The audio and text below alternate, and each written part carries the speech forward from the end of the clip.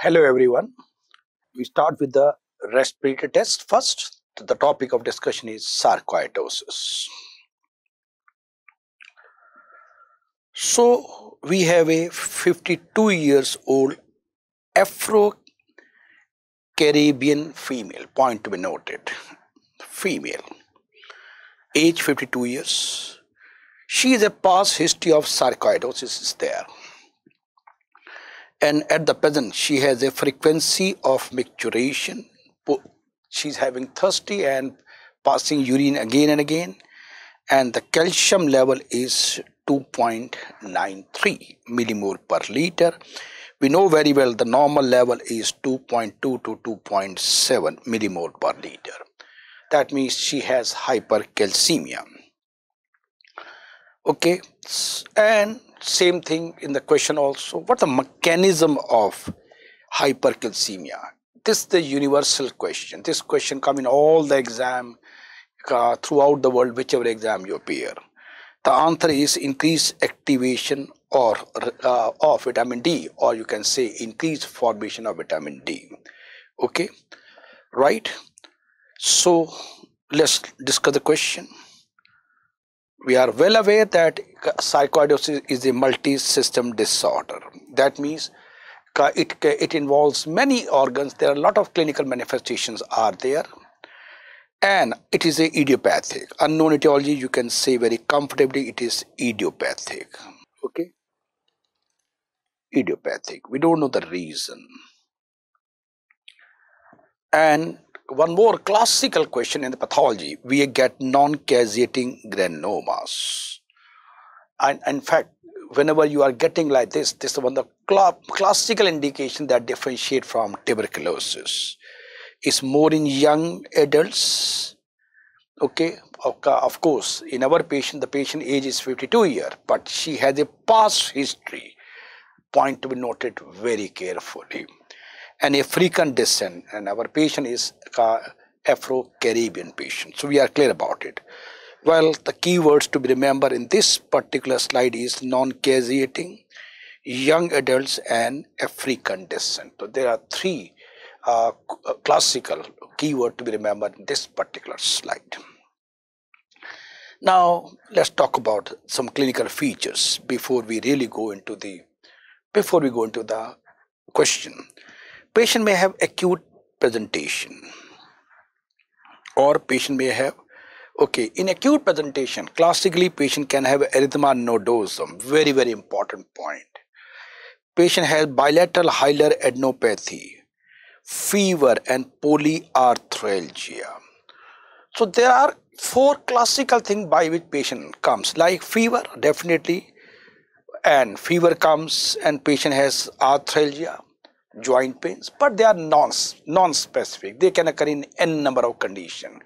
So we don't jump into diagnosis by fever or arthralgia. Well, if you are getting erythema nodosum, that at least give a clue. Perhaps we are dealing with any condition which has erythema nodosum, and we know very well there are only limited conditions where we have erythema nodosum as compared to fever and polyarthralgia and bilateral adenopathy. Okay, so this is important. Let's learn what are the important conditions where we can have bilateral adenopathy on chest X-ray. Tuberculosis, lymphomas, and sarcoidosis. Okay, they are the three most important causes DD that we have to keep in the mind when we are going for bilateral adenopathy. Okay, so after that there are features which develop in due course of time: insidious dyspnea, non-productive cough, point to be noted. That means there will not be much of the sputum. Weight loss, fever, these develop in due course of time. Skin lupus pernio. This is a very, very important point. So in sarcoidosis, there are two skin lesions, specifically one is erythema nodosum and another is lupus pernio. Lupus pernio is a strong indication towards giving a diagnosis of sarcoidosis. Now, hypercalcemia, which is also the question, is a very important feature. Now, before I tell you, this hypercalcemia is not only in sarcoidosis, this can occur in all caseating diseases or all granulomatous diseases. Granulomatous disease. Whether it is caseating or non-caseating. Hypercalcemia there. That means even in hyperintuberculosis also, this does happen. But why this happen? This $1,000,000 question. Well, we are well aware in granuloma there is localized collection of macrophages, and it's a localized collection of macrophages which make a granuloma. They cause increased formation of vitamin D. So that means granulomas, they have a in-house synthesis of vitamin D. So you can say in a very lighter way that granulomas are acting like a factory which are manufacturing vitamin D in-house. Although in-house is a general term I am using, the idea of telling you is that the macrophages themselves are making granulocyte vitamin D, and that's why hypercalcemia occur in these patients. Okay, so you got the idea, and it's a very, very important question. This come in all the exam. This will come to you also. It will come in step 1, step 2 also. So I'm leaking the paper to you, but in a very honest way. Okay. Now let us see what are the syndromes which are associated with sarcoidosis. Lofgren syndrome. It's an acute form of disease, sarcoidosis.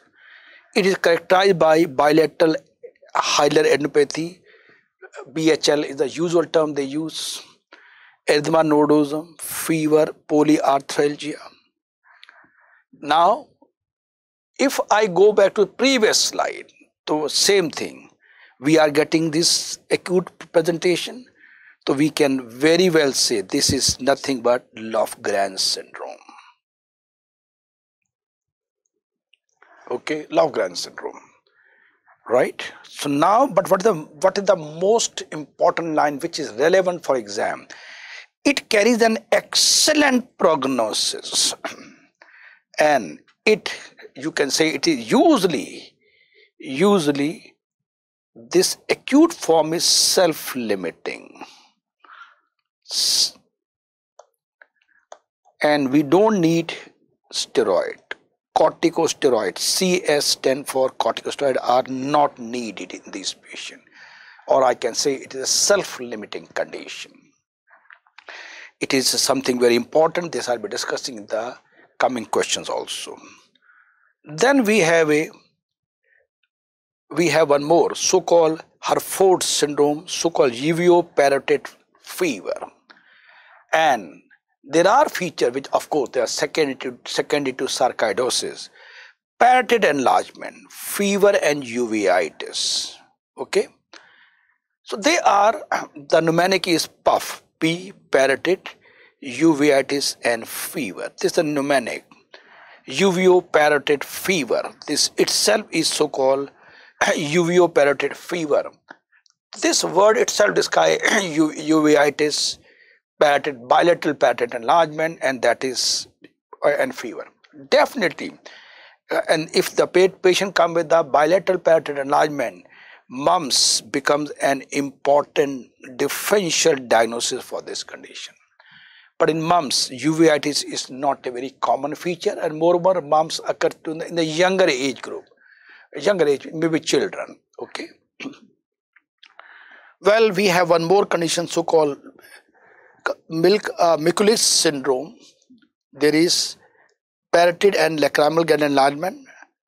Okay, typically patient is coming with bilateral parotid enlargement and lacrimal gland enlargement.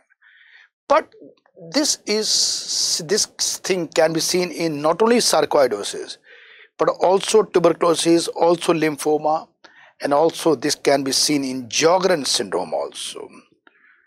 Okay, same thing. But now what the NICE guidelines say. As per NICE guidelines, they say this term is now outdated. They don't use Mikulicz syndrome, and they say that this perhaps there is confusing overlap between Sjogren syndrome. Anyway, my duty is to inform you there is something called Mikulicz syndrome, which is thus considered in seen in sarcoidosis, but also TB and lymphoma. Right? So, little bit more about hypercalcemia, more detail about the concept. Since it's a very important, I like to discuss in more detail. I like to discuss the basic biochemistry also. So what I was talking to you in sarcoidosis, increased vitamin D formation occur. This point you already have written. Okay. So what happened? Vitamin D formation, and that will definitely more and more vitamin D. More vitamin D will lead to more serum calcium level. That is understood. But what's the basic biochemistry? This is the most important line. So they have increased 1-alpha hydroxylase being produced by the macrophages. So let's go back to the basic biochemistry of vitamin D synthesis. We all know that 25 hydroxylation, this occurs in liver during the vitamin D formation, and after that there is 125 dihydroxylation. This occur in kidney. That everybody we are well kidney, and we also know that for this to cut conversion of 25 to 125 we need 1-alpha hydroxylase. We need this enzyme. Okay, you can write down. We need this enzyme in converting 25 to 125. So what happened in case of sarcoidosis or any granulomatous disease? There is increased formation of this enzyme. Definitely this enzyme is there. So more and more vitamin D will be produced, and that lead to hypercalcemia. Just to add on to your extra knowledge. Now what happened in chronic renal failure? In chronic renal failure, the kidneys are not functioning. So this step cannot happen. This step cannot happen. So despite having 1-alpha hydroxylase, but kidneys are not functioning. So that vitamin D is not formed, and that's why the patient has hypocalcemia in chronic renal failure. Got it? So friends, we learned why and how hypercalcemia occur in these patients. So now we learn, so in the options we had a primary hyperparathyroid. So definitely it has nothing to do, it is associated with parathyroid adenoma. I don't think I need to talk more about this. That means hyperparathyroid has primary hyperparathyroid or parathyroid adenoma has no relation with sarcoidosis. Secondary hyperparathyroid and Paget disease, they don't lead to hypercalcemia. So they are automatically ruled out of the option but in the question. And this is PTH related peptide. The full form is PTH related peptide. It is associated with certain cancer like squamous cell lung cancer. So they cause this PTH related polypeptide and they lead to hypercalcemia. But point to be noted, in these patients, PTH level will be reduced. So it is PTH related peptide is causing hypercalcemia. Okay, but that is seen in condition like squamous cell lung cancer, which is not a case of sarcoidosis.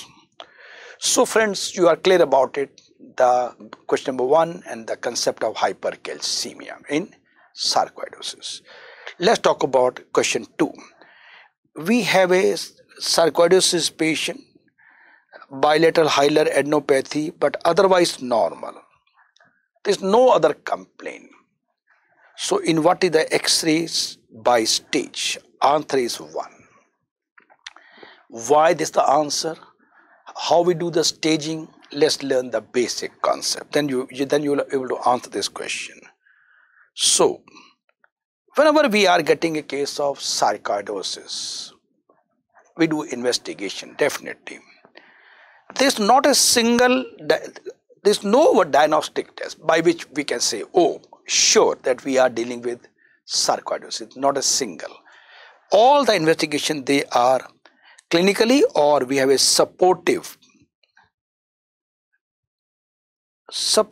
diagnosis there done. So ACE, so-called angiotensin converting enzyme, we all are well aware of this term. We have ACEI inhibitor, but here I'm talking about the enzyme. It is increase in these patients of sarcoidosis, but it has a sensitivity of 60% and specificity of 70%.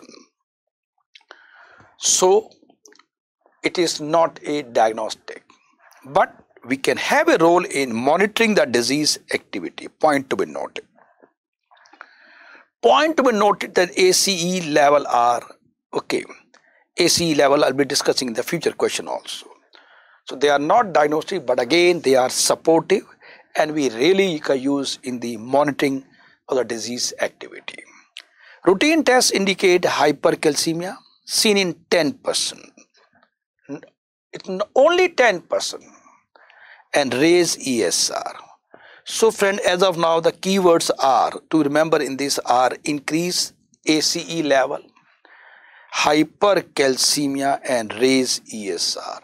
There are only 3 keywords that you have to remember in this particular slide, and we are talking about investigation. We go further, and after that definitely chest X-ray will be done. So chest X-ray, they have stages. Stage 0 means it is totally normal. There is no problem.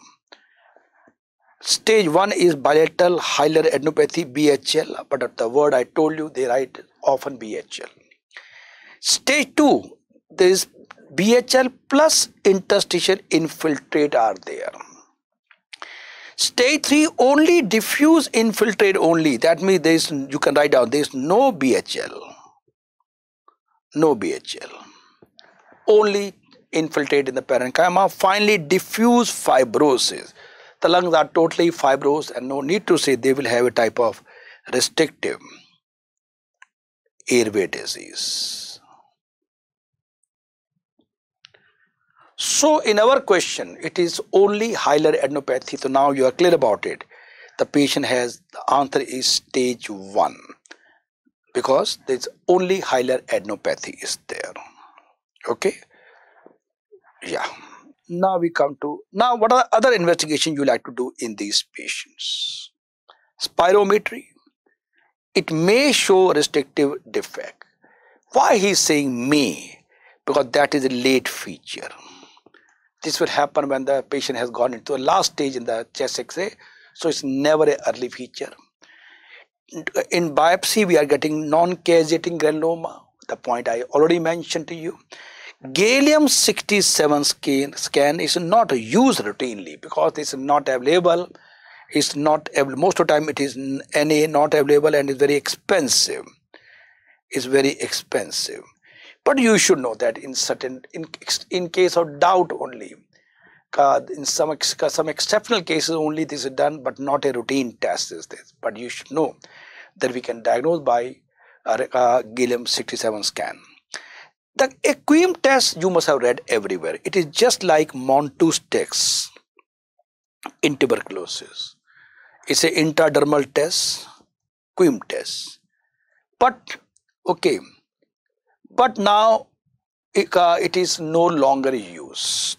So you should just know that there is something called EQUIM test, not used, not available most of the places, not used, because we have better technique to diagnose. Okay. So you are getting hilar adenopathies. hilar adenopathy. Question number 3. We are getting a 31-year-old lady. She has lethargy, arthralgia, cough, all are non-specific. And last few weeks she had developed painful erythematous nodule on both shin. They are definitely indicating about erythema nodosum. We all know that erythema nodosum is most common in the shin area. They are raised and they are painful. Point to be noted. Point to be noted, they are painful, very important. They are erythematous, red, and they are on the shin, and usually maybe bilateral also. Respiratory examination normal, chest x-ray is bilateral, hilar adenopathy is there. There is no lung parenchyma. So we have a thing that definitely the lady is in the stage 1 of the hilar adenopathy. There is no parenchyma involvement is there. So that means the lady has bilateral adenopathy, hypercalcemia, and there is erythema nodosum is there. The two things which are pointing toward the sarcoidosis. Of course, other features are cough, arthralgia are supporting. So, what to do this patient? What is the most appropriate step in the management? What he is talking about? Answer is observation only. No specific therapy. When we talk about specific therapy, it is corticosteroid. CS stands for corticosteroid. So you don't have to give steroid in this. Why? This you will never understand unless you know the basic concept, how to manage. Well, in initial stages, observation, just treat symptomatic. No specific therapy, and that means treat symptomatic. Symptomatic means the patient has cough, you can give some cough syrup. Patient has joint pain, you can give any NSAID. But when we talk about specific therapy, you are dealing with corticosteroid. So in this patient, you will not give steroid. Now the $1,000,000 question. So what are the indication of steroid? When you will give steroid in the case of course, in the case of sarcoidosis. So in sarcoidosis, indication of steroid therapy. Chest x-ray stage 2 or 3 and who are symptomatic, who have some lungs problem. Okay, there are some and then only you give.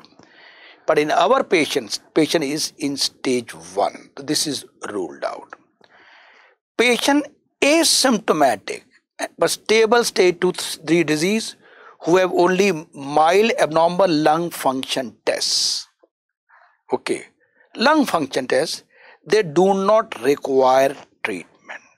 Point to be noted, that patient in stage 2 and 3 and patient has lot of problem in the lungs, they need treatment. But even stage 2 or stage 3 who have only mild abnormal lung function, they don't need treatment. In our case, patient has cough, but he's in stage 1 with cough. But he stage that even in stage 2, patient stage 2 with some minimal of cough etc. are not a indication of steroid therapy. Uveitis is a definite indication of steroid therapy, otherwise the patient will lose the eyesight. So you have the definite indication. Hypercalcemia is an indication. Patient having neurological features is an indication of steroid. Patient having cardiac involvement is an indication of steroid. But in our cases, there is no neurological feature and the cardiac is normal. So now, patient in our question has sarcoidosis. How do you know? What are the points which are favoring bilateral erythema nodosum and bilateral adenopathy? The point I told you during the reading of the question. Chest x-ray is stage 1. Why? There is bilateral hilar adenopathy is there. Okay, and so that's why there is no indication. No indication, because none of the criteria of indication of steroid is here. So no, so just do observation or reassurance. Reassurance. Why it is such an important reassurance in that this patient is a very, very important. Why it is so important that patient has a problem and you say don't worry. There is a reason behind that I am going to discuss in the coming slides. So we have a 35-year-old female sarcoidosis. We started on prednisolone, indication of using steroid. Now the things are very clear because of basic concept. Do we give hyaluronic? No. Arthralgia? No. ACE level? No. Nodosum? No. The only is hypercalcemia. Right? So now you are very justified. That's the idea of telling all the basic concept. So that things become very easy. You can do the question like this. We are again 48-year-old Afro-Caribbean. Remember, female. Point to be noted. This disease is much more common in Afro-Caribbean. Fever, painful red eyes, bilaterally. That means the patient is maybe having uveitis. Okay, fever is there, respiratory 26, saturation is 93, bilateral swelling of the parotid gland, bilateral adenopathy on chest X-ray. What is the most likely diagnosis? Answer is Harford syndrome, which is a type of acute sarcoidosis. Let's rule out others. In HIV, patient usually doesn't have uveitis. Uveitis is not a same with TB also. In these, uveitis is usually not a feature. Okay, not a feature. This is a feature or a very rare feature, but it's a very, very important feature in sarcoidosis. Regarding fever and regarding respiratory rate increase, that can happen in anyone. Even in HIV also and TB also, bilateral parotid enlargement is not a common feature. And in lymphoma, bilateral parotid enlargement is a feature, but again, uveitis is not a feature. Right? So by rule out technique only we can very comfortably say that perhaps we are dealing with acute sarcoidosis. Okay. So it's a subset of sarcoidosis. As I mentioned earlier, there's a combination of parotid enlargement, fever and anterior uveitis. What was puff, parotid, uveitis and fever, uveoparotid fever. And lymphoma and tuberculosis, you expect weight loss and night sweat, etc. And moreover, I told you, uveitis is usually not a feature in these. Mumps don't explain the hyaluronic, and moreover, age is also not all this thing. So we have a very comfortably we can say that we are dealing with sarcoidosis, and we are not dealing with other options. Okay. Question 6. We are getting a middle-aged lady, progressive shortness of breath, bilateral hilar adenopathy, calcium level is 3, the normal range is 2.2 to 2.7, here we are getting 3 millimole per liter, that means hypercalcemia is there, it is very much, and there is hilar adenopathy, the 2 points which are perhaps indicating we are dealing with sarcoidosis. Now, okay, ACE level are increased. Normal is less than 40 microgram per liter. Here it is increased. So we got another investigation which is favoring that we are dealing with sarcoidosis. Okay. Now, which of the following is with a good prognosis? So now the question is changed. Now they are talking about prognosis. Okay, what is the prognosis? Good prognosis feature is an erythema nodosum is a good prognostic feature. So let us say, let us read about that. what are the prognostic factors, good and poor prognosis. This lady seems to have sarcoidosis. The point are, it is a bilateral adenopathy, ACE level are increased and hypercalcemia is there. So it looks that she is a case of sarcoidosis. So now come the gold medal question. In sarcoidosis, without treatment, 2/3 patient can get cured of them. $1 million line. 2/3, that means almost 66%. 66.6% they can self-limiting condition. That's why in the very beginning when I said no need to give any treatment, just have observation, because there are certain indication where we have to give steroids, but the reason I told you. And moreover, the question was that time deliberately I did not tell you why we don't give steroid to every patient. 2/3 are going to get cured of them. The why to take, and don't forget steroid itself has a lot of side effect. Good. So we are convinced that why not to give steroid in all the cases. Now even in a patient of sarcoidosis, there are certain good prognostic factor. If it is associated with HLA-B8, only hilar adenopathy, that means it is stage 1. Stage 1. Eczema nodosum is a good prognostic feature. Polyarthritis fever. So they are all are good indicator, good prognostic feature.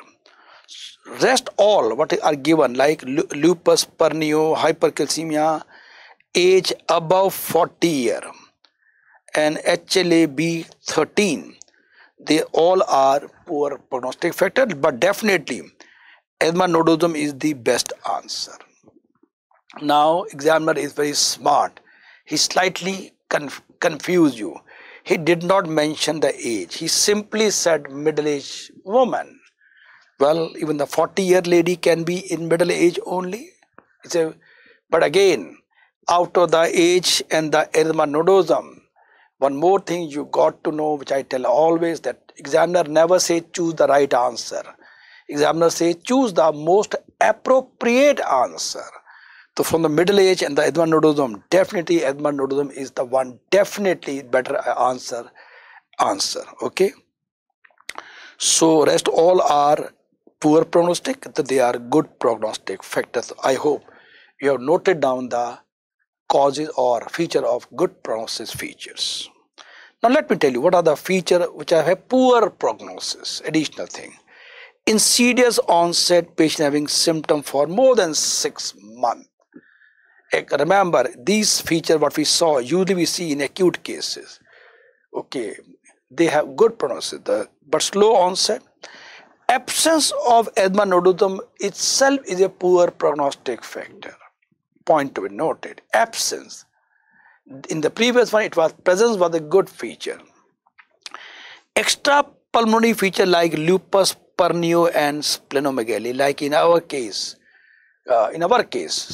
patient has lupus, pernio, and stage 3, 4, and black people. In fact, the disease itself is more common in the black, so-called typically African, Caribbean people is the word that you are using. They have a poor as compared to the white people. So they are all poor prognostic features.